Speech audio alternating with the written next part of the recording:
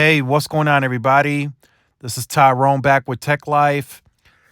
And oftentimes, I still see a lot of articles out there that say 4 reasons to buy AT&T stock and 4 reasons to sell AT&T stock.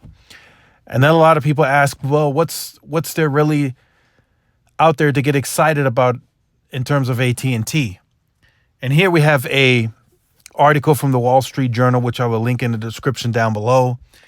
And I've set this in my 2023 Outlook video, focusing on the broadband side of things. The title of this article, AT&T to build broadband services outside its current markets. That's a big deal. I can't stress that enough. That's a big deal for the company because the ROI on this is going to be crazy. Right? These are untapped markets that they've never operated in before from a broadband service perspective. They go deploy this fiber now there. They invest, and now there's multiple levels of services that they can offer. Some of these AT&T stores, they still offer DirecTV.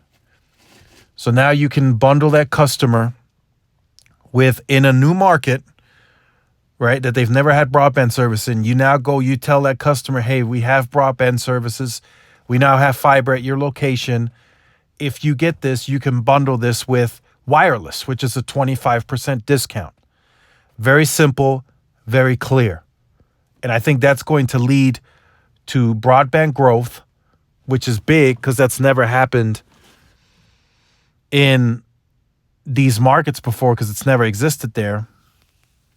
And then it's big also because now they potentially grow the market share on wireless where they've previously in any of these markets that they're expanding into, where they've previously had no momentum on wireless at all.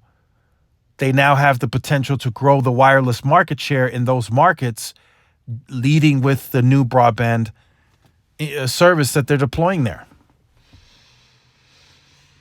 So that's just something to look at, and I think it's a big deal for AT&T if it's invested in correctly, if it's marketed properly. It's going to be a big deal.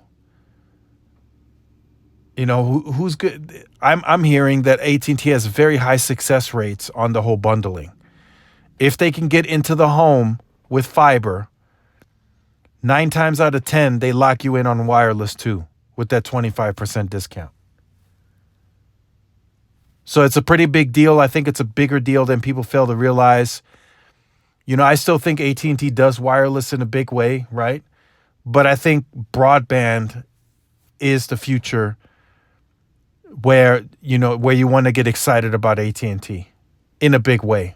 And it's going to lead, even if AT&T, if their network, the wireless network is not even ready to handle more traffic in some of these parts, it's going to lead to, them having to invest more. For example, right, my market, El Paso, for example, AT&T has like 13% share, very low share, right?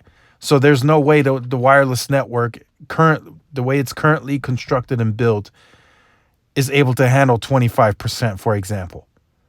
The network would collapse. But AT&T would have to invest, very quickly to change that.